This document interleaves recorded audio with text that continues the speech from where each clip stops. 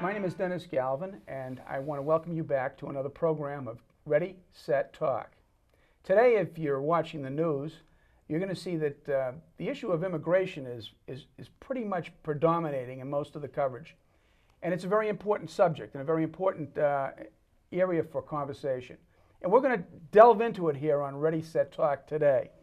Now, to begin our conversation, we want to remind all of you that America has been called the land of pioneers. And if you look up the definition of pioneer, it's basically a person who comes from one place and goes into a new territory, which basically is the American experience. And we have three pioneers here with us today that we're going to talk to. And we're going to find out about their experience in this whole adventure called pioneering into the United States.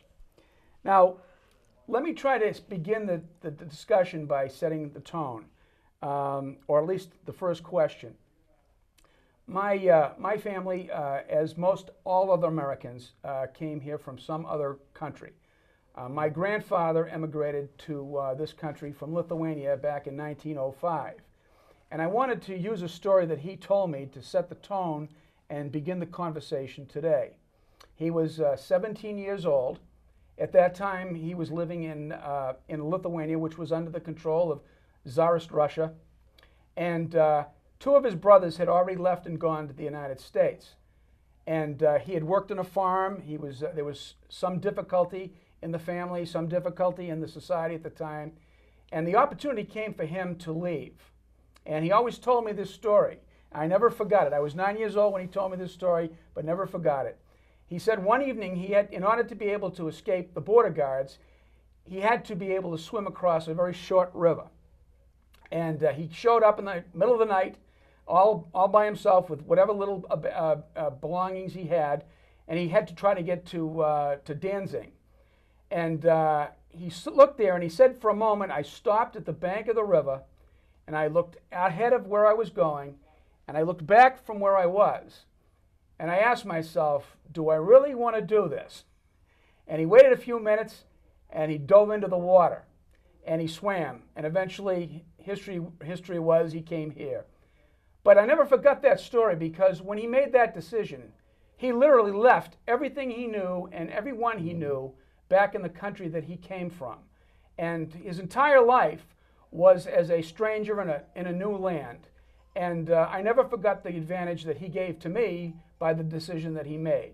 So I want to take a few moments here to introduce my guests. And I'm going to start to my left first, Rashida Ringwala. Hi, Dennis. How are you? How are you? Good to see you. And your original point of origin was where? I come from India. India? Yep. And to my immediate right is Chow Wei. How are you? Good, how are you? And your your former home of origin was? China. China. And to my far right is Gino Fratelloni.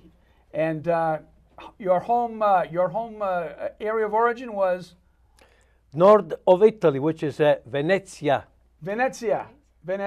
So I want to welcome you all to the show. I think there are a lot of people that want to hear your story. Mm-hmm. I really do. And I think you're going to provide a very interesting program for everybody today. So I'm not going to say much more, so let's get going. So the first question I'm going to ask you is, going back to the situation I talked to you about my grandfather, was there a moment where you had to make that decision about what you were going to do, somewhat similar? Maybe you didn't dive into a river, but you had to make a decision as to what you were going to do, and tell us about that decision. Rashida, would you start? So I wanted to come to the United States to study, and that meant I would leave all my family behind. My brother was already here at university at Austin, but I was coming to Boston. So it's like south and north. Yeah. And when you come here, everybody gives you this long list of relatives, but they think like, oh, like Virginia. Oh, I know this so-and-so friend. He's in Virginia. Let me give you this person's name. Oh, so-and-so friend, they live in Pennsylvania. But I'm coming to Boston. I came with a long list of names. I didn't call. They think like you're going to call all these people and all these people are going to come pouring in to help you. You're really pretty much on your own when you come. And for me, leaving my parents was very hard. I was very attached to my parents. My grandfather was quite sick when I left, so I wasn't even sure I would see him when I came back, and I did not see him. That was the last time I saw him when I left. So I feel for me, leaving my family and coming here was a big decision for me. Yeah. Chawei? Yeah, for me, one thing similar to Rashida is at that time, my brother, he is studying in United States, and I'm the youngest in the family. So my parents always kept an eye on me. So in today's word, it's a helicopter parent. You know? So and I went to the university in the same city my parents, live, and so I want to have opportunity, get totally independent and explore what I can do. And so since my brother went to United States, and I was thinking about the possibility, and I want to get to a new world. And and the other thing is that, when I was young, I read a story about American founding fathers, the Mayflower stories. I like those kind of story. They kind of pursued the, freedom and happiness, and go to the new land, and so where they promote everybody equal. They have that courage and to explore. So I start to, I think I want to make this decision. I want to see the new world. That's why I started to, apply the graduate school here, and then, got the admission. So I came. Good. Gino, how about you? Okay, the question is, when I left, my friend used to say, Gino, we're going to be moving to a small town. Says, you be okay? I says, yeah. I also, with my sister and my father, we're going to be moving too. He says, so we're going to be seeing each other, right? I say, yes. The question is, I'm going to go into United States. He says, what? United States? That's across the ocean. Says, how are we going to see each other? I said, well, I hope I'll come back and I say hello and we get all together. Oh no, you're not going to do that, Gino. I know you. We want you to stay. We love you. We want you to stay. And so everybody find out, and a group of people from all over the place, they used to come before we left. And they were all crying. I said, hey, I'll be back. Not to worry. We're just going to go for a ride. How are we going to take a ride? We're not taking a car, right? No. We are taking the plane. Oh my God, the plane all the way from Rome to United States. Where are you going to land? I said, we're going to land in Boston. I said, I will call you. The question was, one phone in one small house, which it was like a tenant, there wasn't like everybody have a phone in their home. I said, how are we going to get in touch with you, Phil? We don't have no phone. I said, I'll tell you what, someday we'll see each other. Okay, all right. He talked about the phone. When I came, we didn't have WhatsApp. We didn't have these smartphones. I spoke to my mom once a month, 2 minutes, and it was timed. Very expensive, and That's true. you had to cram a lot of news into those precious 2 minutes, and we had no money to pay the telephone bill, so you're like watching, and a major portion of those 2 minutes went in crying. Yeah, just like Gino. Yeah, so I was like. So let me ask you this: can you actually remember the day you left? The day you left, and what was that? What was that like? Oh, my whole family came to see me, and I remember sitting down for dinner, and I just burst into tears because, I realized that this was the last dinner I was having with my family. And I get very emotional talking about it even now. I can see it, yes. Because a lot of the people that I sat down with, some of the people I never got to see them again. Yeah. My grandfather passed away. I did not see my grandmother again. And I was very attached. And see, I come from a culture where grandparents live with you. And that was one of the things I found as a big change. I found that the American people don't necessarily have their grandparents living with them. And I come from a culture where your parents live with you. And, my brother lived with my parents. And so that was a big change for me when I came here. And I'm like, I don't see people living with their parents. Why aren't they living with their parents? Very interesting. Very interesting. So, yeah. Chawei, how about you? Do you remember the exact day that you left? What it was like? What was going through your mind? Yeah, so the day I left is at the capital, Beijing. So first I took the train to Beijing to get the visa, and then I got the notice from the the school. I'm going to go, said you're going to need to have a test you know. So we said, oh, so it seems I need to get there. I didn't have time to go back to the city I came from. I need to directly, you know, buy the airplane ticket to get to the United States. And so my parents was with me. So we went to the airport. I was like, as in the same situation, like have tears in my eyes, kind of sad. Because I feel I have a deeper connection with the, you know, the family and the land and the people. You know, that's where my ancestor lived, and actually I like the culture, Chinese culture, a lot. I think a lot of wisdom in it. Meanwhile, you know, as young people, you want to like see different world. Oh, sure. So it's kind of a mixed feeling. Very excited. You're going to experience How old something. were you when this happened? You don't mind I was like 23 at that year. 23. I just graduated from college, like So not that long. pioneering is for the young. There's no question about that. How about you, Gino? What was it like? Do you remember the last day at home? The last day, actually, I told my mom and my papa, says, I don't want to go. I want to stay with Michael and Vinny, my oldest brothers. He says, why? Well, did you see when they came here and I told them that we're going to be going to the United States? They were all crying and everything, you know. So maybe I should stay. She said, you little shit, you come, and that's it. Said, we need you because Pop and Mom are getting older, and you speak several languages, and you're going to be our translator. Mama speak French, you speak 2 languages, and then you're going to learn another one, because in school they teach you German, not Japanese, German, Italian, and English. Now, So that's what happened. You said, you're going to stay with us. You're going to come, So whether now- you like it or not. So now let's take it. You're making this trip, and you finally get here. What was the first place in the United States that you saw? Like inside the immigration people, and the first person I spoke to was the immigration officer who Okay. asked me why I had come here. And I told him I've come here to study, and that was it. But my interaction was when I left, when I went out. It Yes. was like, the first thing that hit me was like, this is Boston, this is such a big city, and I come from Bombay, or Mumbai as it is known today, where it's very crowded. It's like New York times 3 times the population. And I'm thinking, this is Boston, and it's such a big city, and it's quite scanty, you know. I didn't find it at all. Lots of room? Like lots of room. There are very few people Not too here. many people, right? There are not many people here. That was what hit me most. I'm like, I'm expecting like a crowd, and I'm like, you know. Oh, yeah. And it's just like my fiance, my husband. Well, he's not my husband now, but at that time I was just engaged to him.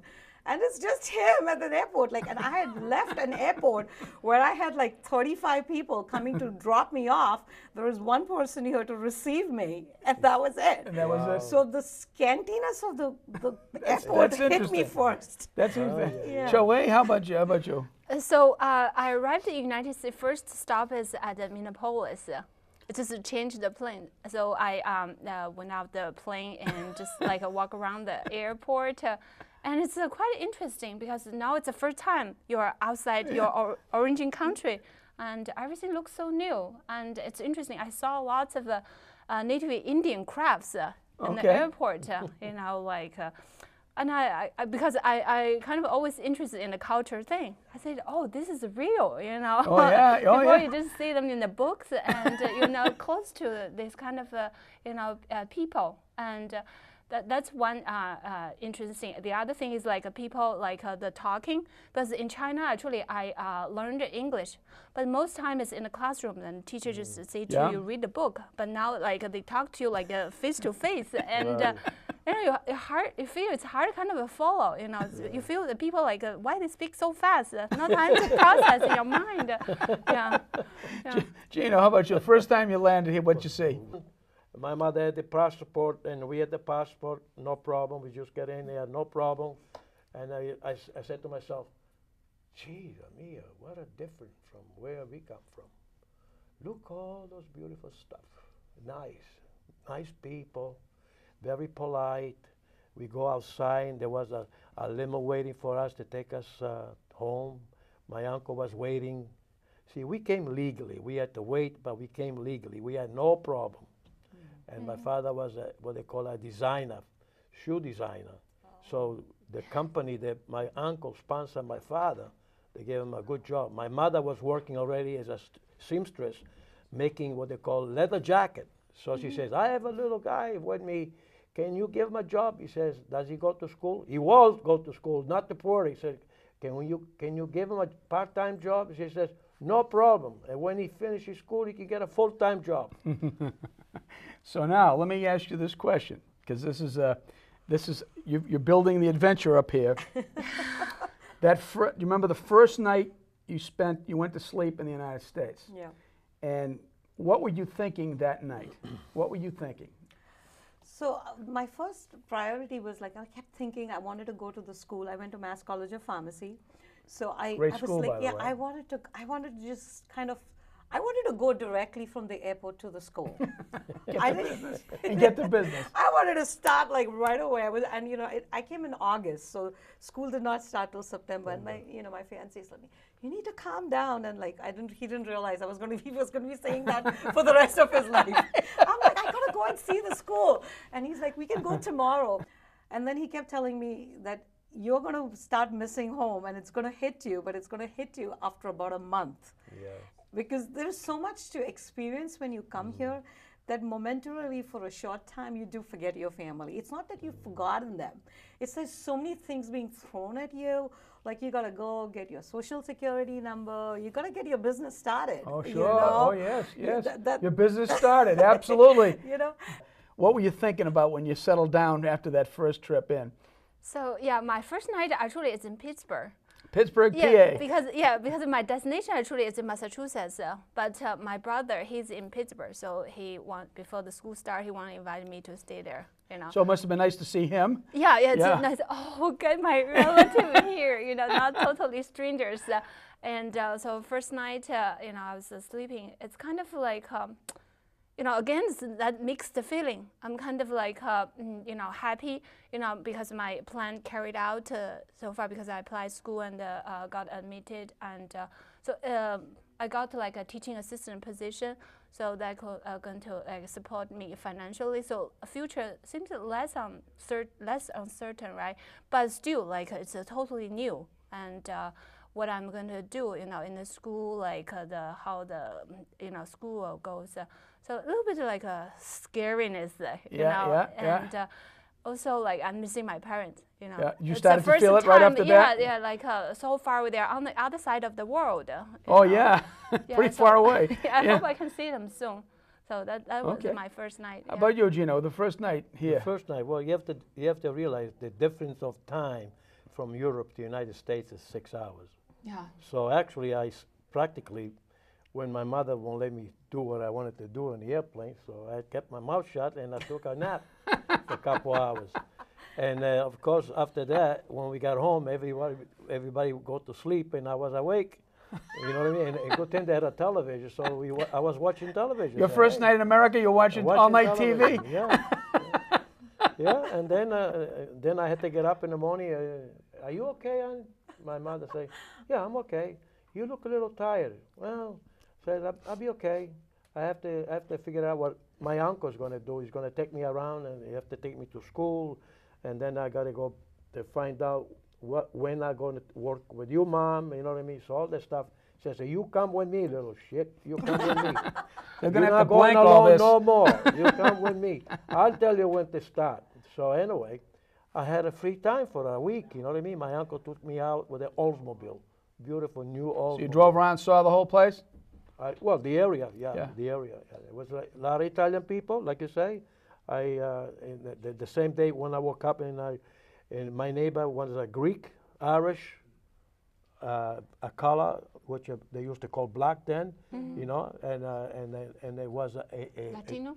a Latino, and about further down was an Indian family. So actually, At everybody. when I go No outside, everybody say hello and says, and I was a German, you know what I mean? So I used to say hello to all different languages, you know what I mean? Yeah, I very was interesting. very That's happy. interesting, yeah. Yeah, Good. now you all of you came with a focus. There's no Yeah. question about it. So you've gone through this whole process. You survived the transfer over. You've survived the first night. Now you have to show up to school, right, Yeah. and to work.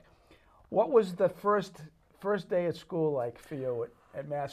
So- What was it like? So one of the first things I realized, starting like I had to go see my advisor, and I had to see the guidance counselor too, and I realized, they were like doing this to me, like leaning forward and trying to listen to me, and I kept saying, I'm speaking in English, and they're still leaning forward and talking to me. And I didn't realize why they were doing that. And as time went by, I realized that a lot of people were doing this to me, And it took me some time to realize is I talk very fast. Oh, Okay. And most of the Indian languages, you Yeah. speak very fast, so Yeah. I speak English very fast too. Right, right. So I had to train myself To speak to slower. speak very slowly. It's not that I don't speak English, but I speak very fast. And even today, after years of practice, if I feel very strongly about something, I start speaking very fast, and people are beginning to wonder what I'm talking about. I know a lot of See, Indian there you people, go, they see? speak very fast to each other. Yeah, and that's how the Indian language is. So for me, the biggest thing was like literally slowing down the way I speak. Yeah. And that takes a lot of practice. That's amazing. That's an Yeah. interesting. These are. It wasn't like a language barrier, It was you just, know. yeah. That was for me. That was a big change, like speaking. Yeah, but very you have slowly. an accent like I have an accent. Yes, Because yes. the Americans speak a little different than English. They do. That's right. Because you learn the English the way in England they teach. Exactly. I learned it the They English learn way. the English Yes. from where the Irish speak. Right. So, Cha Wei, how about you? How was when you got settled in, right? You went into your college or the school that you were Yeah. going to be at. How was the first interactions? What was it like to start interacting at the school and everything else? Yeah, so I went to school. I went to the graduate school. Yeah, the chemistry department. So Okay, sure. study to get the degree, and also meantime do the teaching assistant, job to help the professor prepare the lab and help the student, doing that lab work. So I was like kind of nervous because now it's not like I'm just watching, and then if they ask me a question, I need to answer. It's like the same situation, If I speak, can I understand? Can they understand me or Yeah, and also it's kind of overwhelming because you need to decide which classes you're going to take, right? And also which advisor you're going to choose, Right. and that will relate to your future, directions. So So one of the things that hit me too was like the students here take food, at least the college students take food into their classroom. Yeah. Something that Never- was never done back home. No, I mean, they're sitting there, they have Coke, they have Yeah, chips, yeah, they yeah. actually literally have a restaurant next to them. Yeah, yeah, And they're eating there Yeah. right in front of the teacher. yeah. That is something that Yeah, was different, completely new for Yeah. me. How about you, it was a Gina? When big you went to change, school, yeah. did you do you were here? You still went to what grade did you go into when you first came in?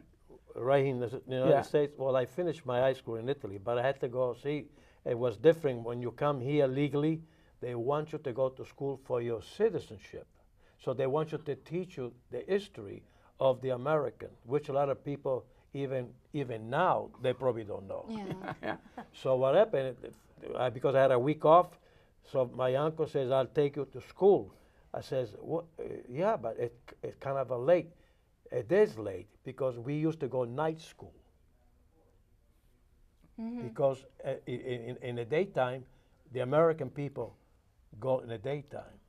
Now the people that come from a different country, they go in the daytime because they provide teachers that speak their language. So we had a teacher that speak different languages. See, if it was a class like Spanish, Italian, and German, or English, there was. Even though they were English and spoke the language, when they came here, they had to go night school. So that's what we did. We did night school, and then I had to work in the daytime, part-time. So that was my interaction. The experience. So now go back to that first experience, the first time you're here, and tell me what impressed you the most about your experience so far, and what kind of cropped up as a concern for you. So first, I'm impressed with that, and then I'm a little nervous about this. So what I found is I thought that the American student was very outgoing, and even if they don't know something, they're not afraid to admit that. like, like you could go to a class and there's a student there and you ask him a question. He's not afraid to tell the professor, I have no idea, I didn't study today. They're very brave. If they haven't studied, they're going to tell you up front, oh, I have no idea what I didn't read up on last night. They're very open. Like where I come from, if you haven't studied, you kind of cover it up. All right, you don't want to tell the teacher.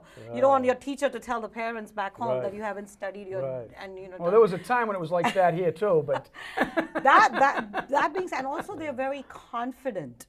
You know, even if they know a little bit, they will expand that and give you the impression that they know everything about the subject. That level of confidence, I had to learn to get that level of confidence. Yeah. You know. That's amazing. That was That's an very amazing amazing observation. to me. Yeah. I mean, I found like sometimes I would even know more than the students, but I was not able to necessarily communicate that across because I held myself back. I learned to talk like this a lot more after coming here. You're doing pretty good, Rashida. But I was like, it was my observation. Like, it took me a while to get that confidence. Oh, wait, I know my stuff. I know what I'm doing. Yeah. I have knowledge about this. But so for me, that was like a big eye opener for me. So that's interesting. That's how about Chawei? How about you? What was your first real big impression of what the culture and the people, everything were like, and then anything that was a concern for you? The concern for you? Yeah, a concern, something that you were worried about, or you were a little bit skeptical about. Actually, I think the most concern is like the language, you know, because they use a lot of slang, the saying, the words, you know, you know the words, but why they use, you know, say this way, what exactly that mean, you know? So like wicked, you mean like wicked? Yeah, you know? yeah. So I know. Yeah, language like a barrier, like the doll they call the bug, you know.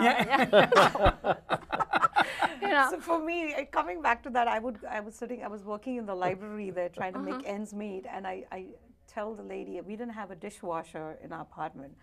So I was telling, oh, I have to go home and I have to wash the vessels. And the guy looks at me what and are you he's doing? like, what do you mean? And What I said, I have vessel? a sink full of vessels. Yeah. Because he's then he was telling me a vessel to me is like a ship. Right. And I mean, like, I have like cups and saucers. That was like a big thing. Like, Yeah, he could not exactly. Find the understand. right word to express yourself That's and it. understand them. Yeah, that can be. And what impressed you about it? What did you see that was really different? Yeah, I mean, before I go that, I want to just tell you because I think it's so funny, you know, because you know, the landlady, she's an Irish lady, and her daughter, you know, is very outspoken, you know, said, I'm going to get Dunkin' Donuts, you know. And I said, what is Dunkin' Donuts? And she, you don't know Dunkin' Donuts? It's like I'm from the moon or something. So I will get you, so let you know, what is it? So, Gino, how about you? What impressed you about the United States? When you landed in 1957 here, what hit you was, and then what did you get a little concerned about? Anything give you a little angst? I wasn't really concerned because thank God I was able to express myself. But the question is, when I work in the daytime, I used to work with Greek, and Latin, Irish, black people, and other nationality. Okay. Now you should tell. When you grew up in what town, city? In Lynn, Massachusetts. Lynn, Massachusetts. Oh, Okay. So there was the town actually Very diverse. very diverse, and also they came to Lynn because there was manufacture for shoe, for leather jackets. General Electric. General Electric was there, and so many different kind of company. Then all these companies, little by little, they left. In the 70s, they were leaving. They go to South America, Puerto Rico, and you know what I mean, and Mexico, because the taxes was lower, and the profit was higher. So we had to do other things. Fortunately, when my uncle taught me how to be a mason, so I was able to have a job. You're ensconcing yourself in the culture here. You're into it. Can you remember your first interaction, whether it was good or bad, all right, with an American, and the first real relationship you developed with an American when you were here? How can you? So for me, I think it was my friend. She was Irish. Her name was Patty. She was my first friend, and I still remember I had cooked these potatoes with turmeric in it. And she saw the potatoes and she looked at them and she goes, "Those potatoes are so yellow. How come they're so yellow?" And I said, "Because it has turmeric in it." Now everybody knows what turmeric is. But for her, it was like a big shock. She refused to touch them.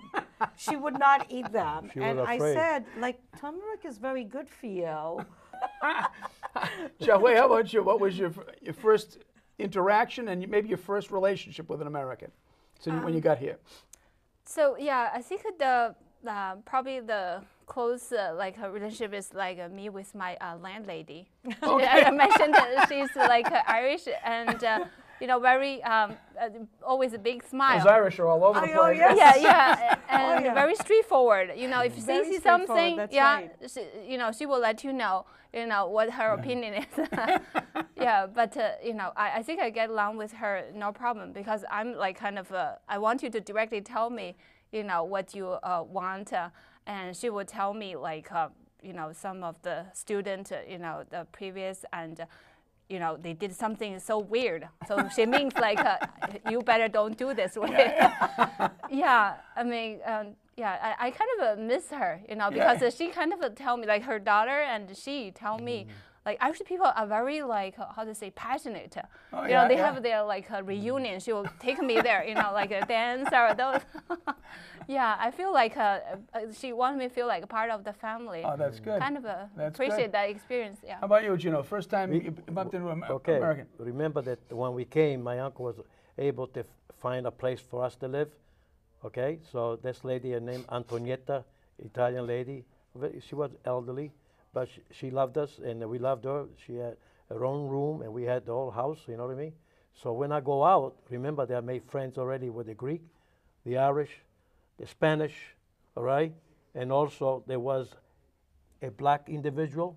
So he came and said, "Gino, what are you doing?" He says, "What are you guys going to do? Let's go for a walk. Let's go for a walk in town." We went to walk in our town, Littleton, Lynn, you know what I mean? And we made sort of we got to know each other a little bit. That was my first day. They came to see me because they knew I was coming, and they knew that I had no friends because my friends were in Venice, not in Lynn, right? So they came to keep me company, and that was a very nice gesture. That was And we kept friendship for a long, long time. I wanted to change just a little bit and talk to you. I know that some of you have children, and now we were talking before the show about first, second, third generation. So now we're talking. You are all first generation, and now you're going to be dealing with the second generation. Right. I'm interested to hear your comments about that. What are you saying? So I have two sons, and they're 4.5 years apart. And for me, it's funny. I've had my older son. I've had a different experience with my older sons, and a different experience with my younger son.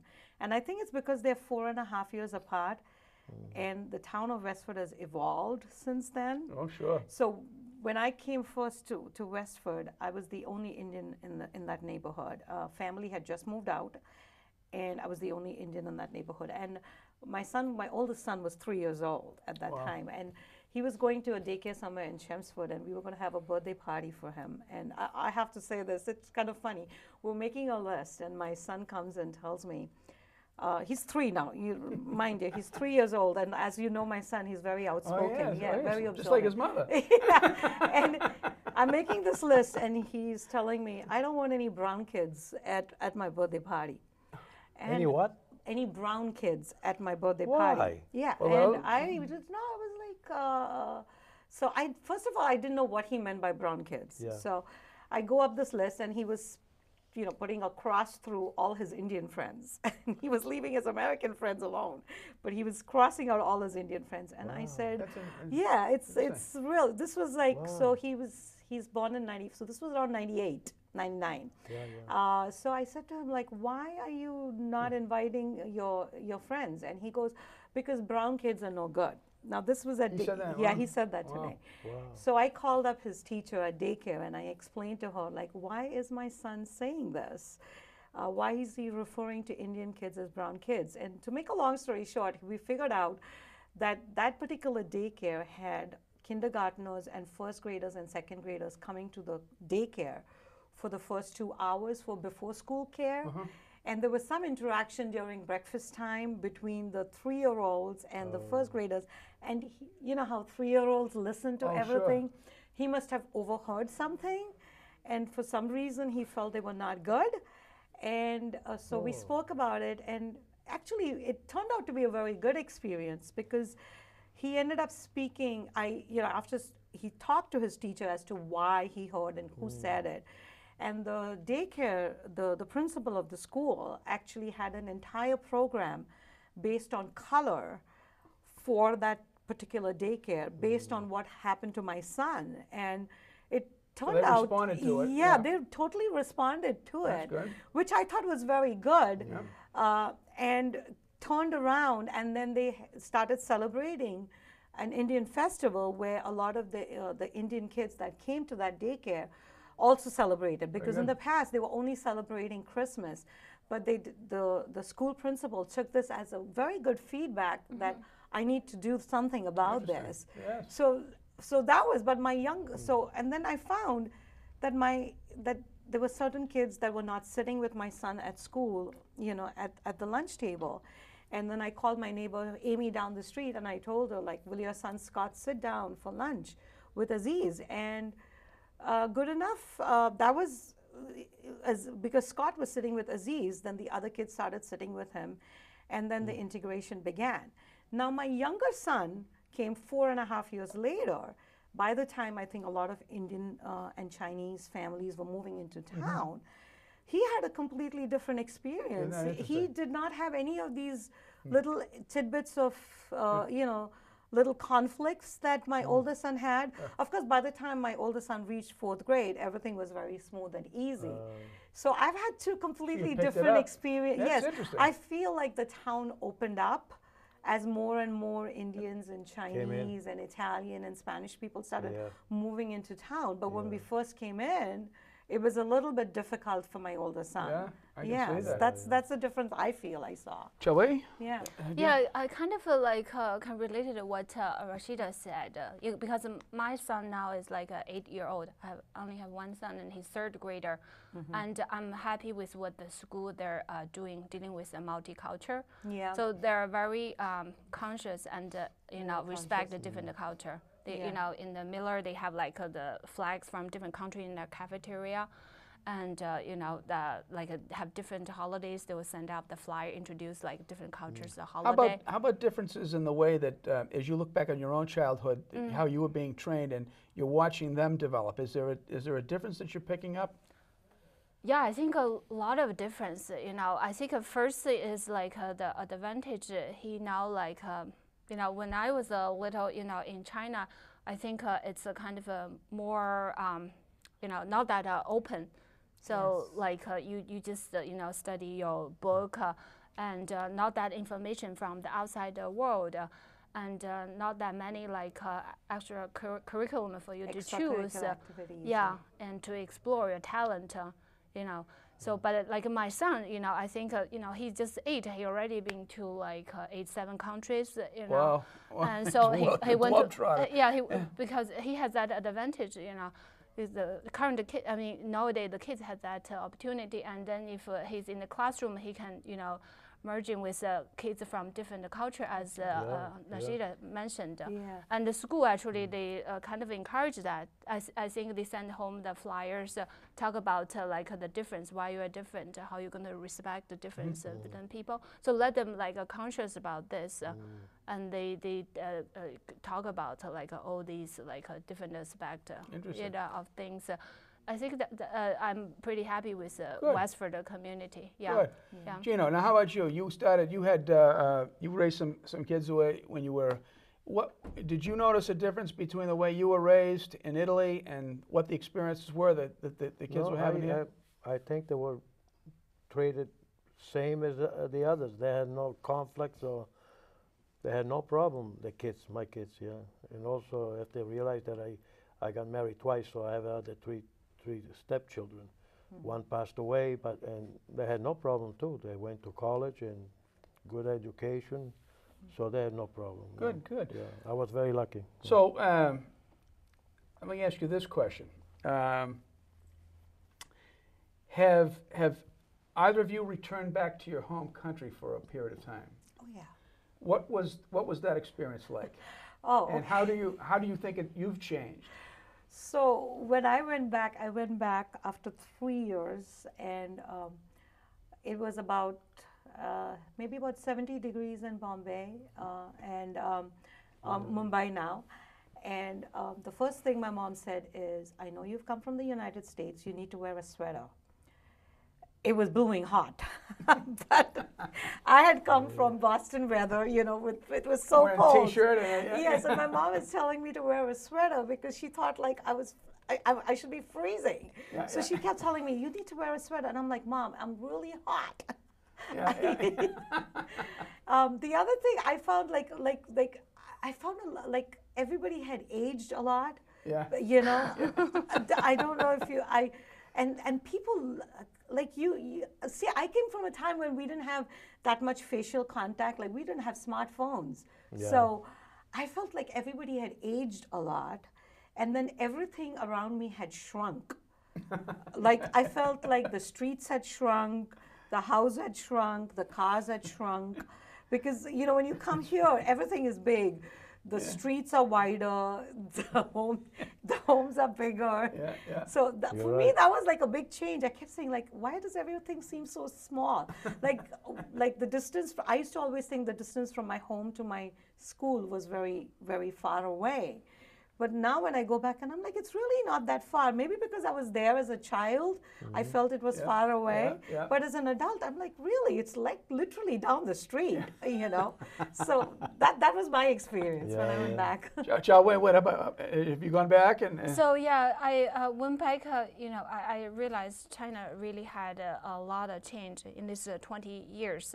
It's a long time. That's a long Yeah. time. Economic development. I mean, Yes. people's life improved a lot, and the infrastructures like a lot of new buildings, new stores, and looks like a much nicer, neater. Of course, that has a cost environmentally. They because the industry developed so fast. Yeah, and Did anybody pick up a change in you? Did anybody remark about, geez, you're different? Or do they basically see no difference at all? Of course, as you said, we're getting like older, not the young girl anymore. I think we how to say that? I think we just talk about the daily life too a lot. Trying to catch up a little bit? Yeah, catch up, but didn't talk too much about how much I changed. But I know I changed a lot compared to 20 years when I just left China to United States. But at that time, I wasn't sure what I'm going to do with my life, and I wasn't that confident, But based on the experience, you doing things independently and find your potential and see more things, think more. And I think I'm kind of now okay with myself. Good. That's it. That's, Yeah. that's what it's all about. Yeah. Gino, how about you? How about your trip? I know you went back once. What was it like? Twice. Twice. What's The it like? first time, you want me to tell you the first time? Yeah. The first time, you remember those people that came and cry and everything? Well, I told my wife, I says, Annie, says, we're going to go to Rome, Yeah. then we went to Florence, and then we go to Venice, and then we go to see my friends. He says, but I'm telling you right now, I don't think we're going to see any of my friends because they might end up in Switzerland, Austria, Germany, Australia, and so on and on. It says, and none of them came to the United States, okay? So when we end up at the train station, I get a little emotional. We go out from the train, there's a car, a Mercedes waiting for me. Say, your name is Gino from Venice? I said, yes, my name is Gino Frarloni. Yes. Okay, your car is ready. My wife said, Boy, for a guy that says nobody knows him, we have a car waiting for us, and you even know your name, honey. I said, I don't know, maybe something's wrong. So they take us to the hotel. There was already, I already made the, I called the hotel, made reservation and everything. As we go to the hotel, I took my luggage out and I said, oh, how much do I owe you? He said, oh, everything taken care of it, not to worry. So I said, look, I want to give you a tip. No, but do me a favor. Well, look, there's a lot of people here. Would you? There was only 3 people, right? I said, a lot of people here. I said, I feel bad if I don't give you something. So I give him $20, you know. He says, but we don't, we don't take money. I said, why? Well, first of all, the lira is gone. The euros in Europe is the monetary system. I said, but what's wrong with my dollar? He said, well, I feel embarrassed if I go to the bank and cash dollars. I said, well, just remember, if anybody asks you, just say Gina from Venice gave it to you. Not only that, there was 25 people inside the hotel. I go inside, I wanted to pay. He said, no.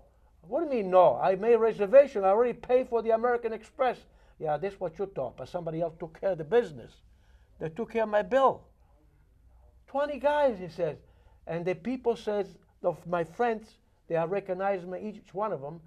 He told the hotel manager, says, this is Gino from Venice. You better respect him. He's going to be here for a week. Well, you had yourself quite a return. Yeah. Yeah, but I don't understand. But when we left after 1 week, every day they used to come and see me. We go around the town, we go coffee. By the time we left, there was 75 people, all friends of mine. They still remember who I was. He says, Gino, you should have stayed here. We would have made you a mayor. Well, so let me ask you this question. You have all expressed a very exciting and adventurous story about what you've gone through. And now you've been here for a while. You have a chance to sit back and look at it. So I'm going to ask you, first time around, I'm going to ask you, what do you think you gained from coming here? That's the first question I'm going to ask you. And then we'll follow up with a couple others. So what do you think? What did you think? So I feel, first of all, besides, there's a materialistic thing that, we're definitely in a financially strong position and in a nice home. All that is just materialism. I feel personally I have gained a lot of friends here. I left my family back home, but now I don't miss them as much as I used to. And why did that happen? That happened because I have made family here. I have friends here that are just as good as my family.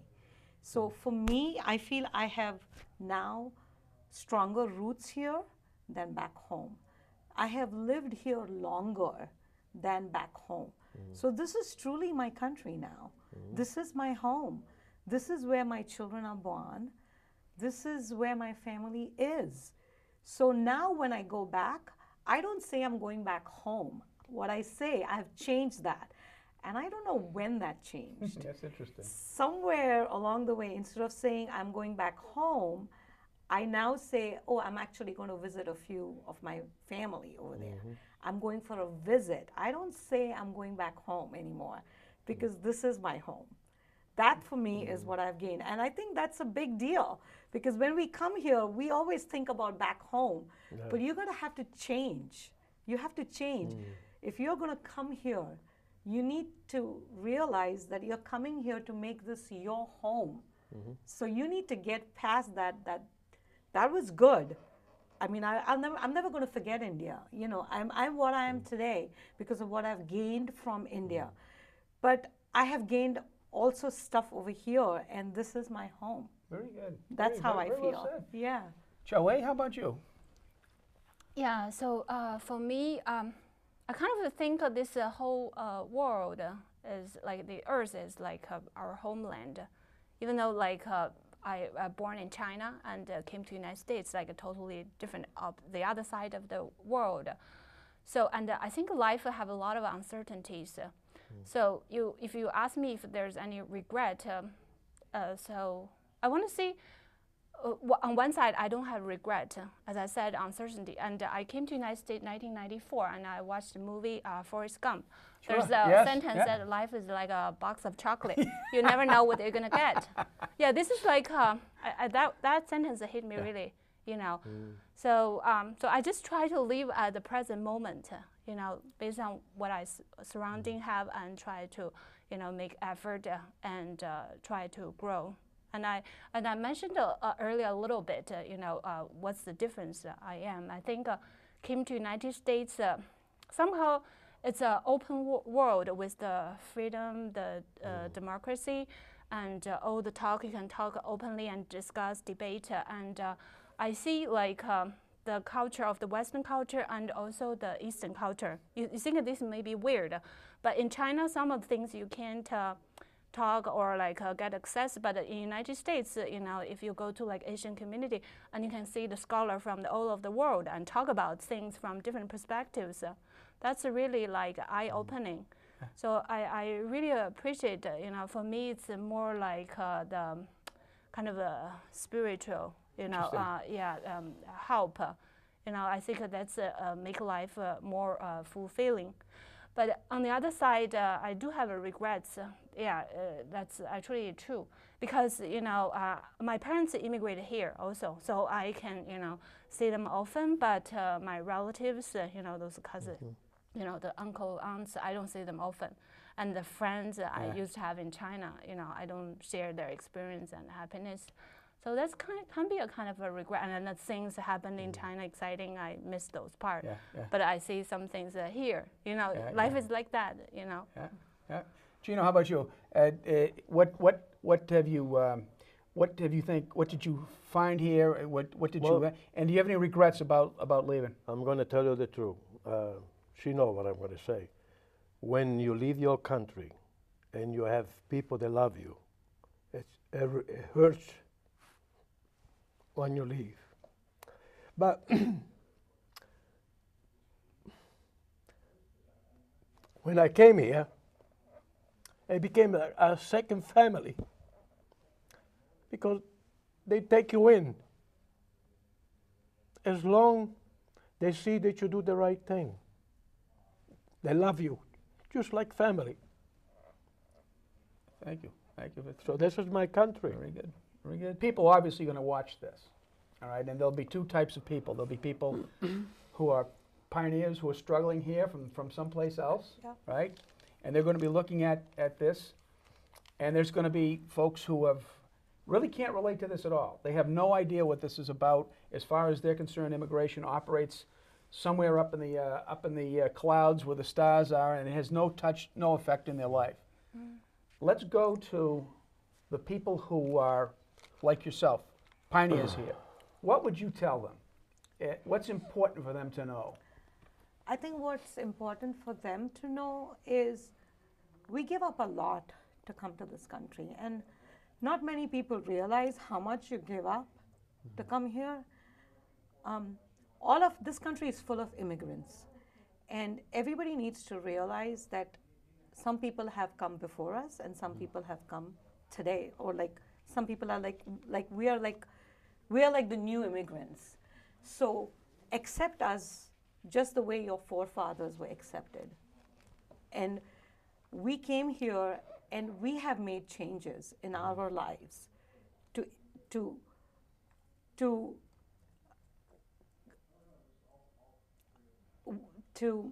we have made changes in our lives so that we can assimilate with the society over here.